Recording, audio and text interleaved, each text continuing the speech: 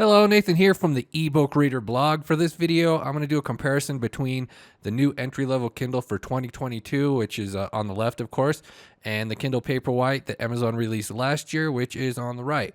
So they finally upgraded the entry-level Kindle screen to have 300 ppi, so it's finally in line with other Kindles as far as like screen quality and text sharpness. So that's definitely the biggest improvement with the new Kindle. The Paperwhite has some hardware advantages, has a couple of other upgrades available. I'll talk about that more here in a bit. But for the most part, I mean, these are like the entry-level Kindles, like in line with the Paperwhite, as close as it's been to the Paperwhite, I think, since Amazon has been doing these two different models. So, I mean, performance is nearly identical on these two devices. We both got the 300 ppi screens now, so there's a lot of overlapping features. The Paperwhite, it does have that larger 6.8-inch ink screen, whereas the entry-level Kindle has a 6-inch ink screen.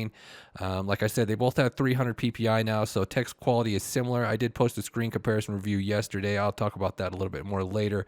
But overall performance is very similar. Screen quality is very similar. The Paperwhite does have that flush front screen where the Kindle has the indented screen.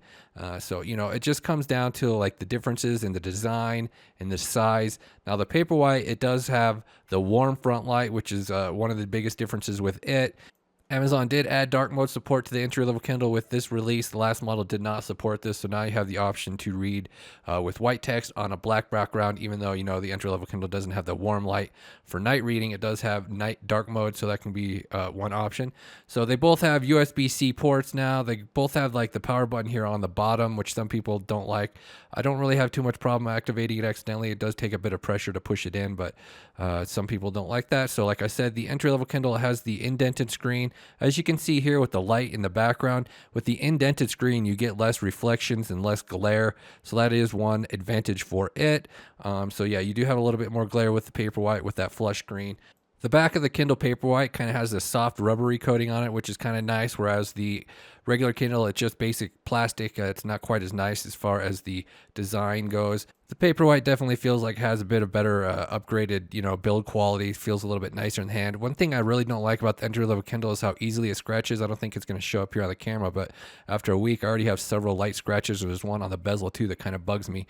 So that plastic, you know, it does scratch easier than the Paperwhite. The Paperwhite's definitely a bit nicer as far as the build quality goes with that flush front screen, and it does have a little bit more of a, you know, a nicer feel with that rubbery back than in just the, you know, cheap plastic on the entry-level Kindle. That's kind of my biggest gripe with the entry-level Kindle. Just kind of has a cheap plastic feel to it. Like the older entry-level Kindles were actually a bit nicer back in the Kindle 4 and 5 days. All right, so let's talk about the front light now. This is one of the biggest differences between these two devices. The entry-level Kindle just has a basic regular front light with one color. It's got 4 LEDs underneath the lower part there. It has a little bit of shadowy areas if you look really closely, like in a darker room, whereas the front light, it's more even on the Paperwhite, and then the Paperwhite offers the warmth setting, so you can customize the color tone to kind of fit, you know, your own personal reading style based on the time of day or whatever. For me personally, I never go for the full-on orange look, but like when you're reading at night, it's nice to have a little bit of the orange light on here. It's kind of like, you know, when you go shopping for light bulbs, they have the cool color and the warm color.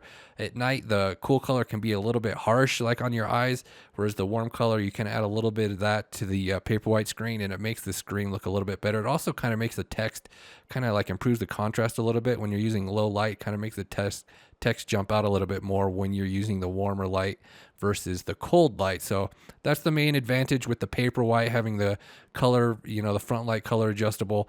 The signature edition of the Paperwhite adds the front light sensor as well, so you can have the front light automatically adjust. It has that box right there. That's only available on the signature edition of the Paperwhite, and then the signature edition also has wireless charging and more storage. So yesterday I posted a screen comparison between the new Kindle and some other Kindles just to see kind of where it sits. To me, the Paperwhite's text actually looks a little bit darker, but there are times like in lower lighting like this where the screen on the entry-level Kindle looks sharper without that added flush layer over the front of the screen. So sometimes I feel like the screen on the entry-level Kindle looks a little bit better. Other times I feel like the screen on the Paperwhite looks better. The text does seem a little bit darker on the Paperwhite. And the background seems a little bit lighter on the entry-level Kindle. So like I was saying earlier, the Paperwhite Signature Edition does add that auto brightness sensor, so you can have it automatically adjust the front light based on the time of day. But the regular Paperwhite doesn't have that. That's only on the Signature model. So, like I said earlier yesterday when I was comparing the screens, the camera tends to focus a little better on the right side. So it kind of makes the screen look a little bit better. Whichever device is on the right side, it makes the text look a little bit darker. But the differences are so subtle, it just doesn't really show up very well on the camera here, or like, taking pictures. Just something you really need to see in person to really get a feel for. Like I said, sometimes the Paperwhite seems like it has a little bit better screen. Sometimes the Kindle seems like it's a little bit clearer without that flush front layer over the top. But, they're very close. It's not really a huge difference. The front lights are definitely a bigger difference when it comes between these two devices. And of course, just the screen size in general, having the 6-inch screen and the 6.8-inch screen doesn't sound like a huge difference, but when you have them side by side, you can see how the text lays out differently on both of these. So up until now, I've been using the same font size and the same font type, so everything's comparable on the screens here. But this isn't how I would normally read on the Paperwhite. So if I'm using the entry-level Kindle, I do read like how it's set up with the tight line spacing and the number 3 font size. But on the Paperwhite, I prefer to have the middle line spacing and like the larger font size, like thing number 4. So, if I were to be reading these two devices, I wouldn't have them, laid out the same as I've had in the video so far. I would have them laid out like how I'm setting them up right now. And I also prefer this Merriweather font. I think I got it from my Windows 7 computer a long time ago.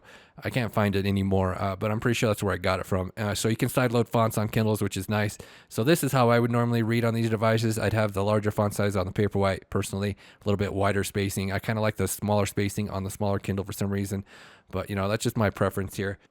Like I was saying earlier, the overall performance is nearly identical on these two devices. Every once in a while, the Paperwhite does seem a bit faster to do something, like if I open up these Wikipedia entries, it loads a split second faster than the other Kindle. So I think maybe it has more RAM. I don't really know. Amazon doesn't publish this stuff, so unless you're going to take it apart and you're a software developer and you know how to work all this stuff out, it's really not something they make available to users. But for the most part, overall performance seems the same on both devices. All the software features are the same. They have the same home screen layout with all these annoying advertisements. I have no idea how anybody can stand that. But luckily, you can just stay on the library tab if you want. You got they got the new list view with the new software layout here. You've also got the cover view, and you've got different sorting options. So, you have the exact same software on these two devices. There's just a couple of minor differences with the Paperwhite that I've noticed. For one, it has this page turn animation setting here. For some reason, this isn't available on any other Kindle. I have no idea why not. I would have thought they would have had this on the entry-level Kindle as well, since everything else seems to be the same about it. But yeah, the Paperwhite so far is the only one with that page turn animation setting. It just kind of has like a subtle, flash that goes across the screen. When you turn it off, they look the same as far as the refresh goes for the most part. Very similar speed-wise with these two devices.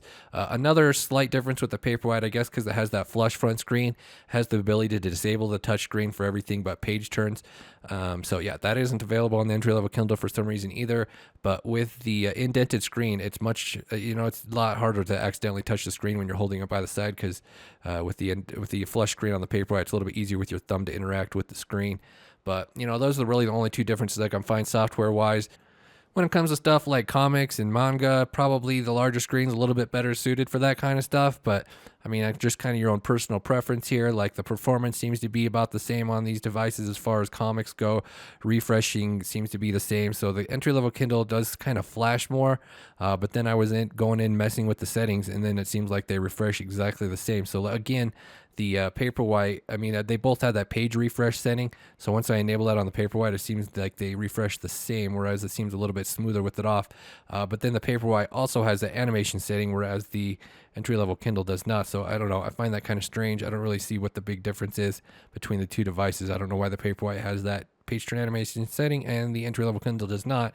But maybe they'll add that with a future software update to the entry-level Kindle, because it really makes no sense to have it on the Paperwhite and not on it. But that's just been kind of a quick look at the main differences between these two devices. It really just comes down to the screen size and the design, and the fact the Paperwhite has that warm front light. It's also waterproof, so if that means a lot to you, then that's probably worth getting as well. But I do like the new entry-level Kindle with the new screen. It definitely looks better. I still think the Paperwhite Kids Edition is the best overall value, because it comes with a cover and it has no ads. But I do like the portability of the new Kindle. It's like 50 grams lighter than the Paperwhite, fits to a pocket easier, so it definitely has some advantages as well. So I'm going to go ahead and wrap up this video right here. Check out the ebookreader.com for the full review and for other Kindle related tips and articles. Thank you guys for watching. Bye.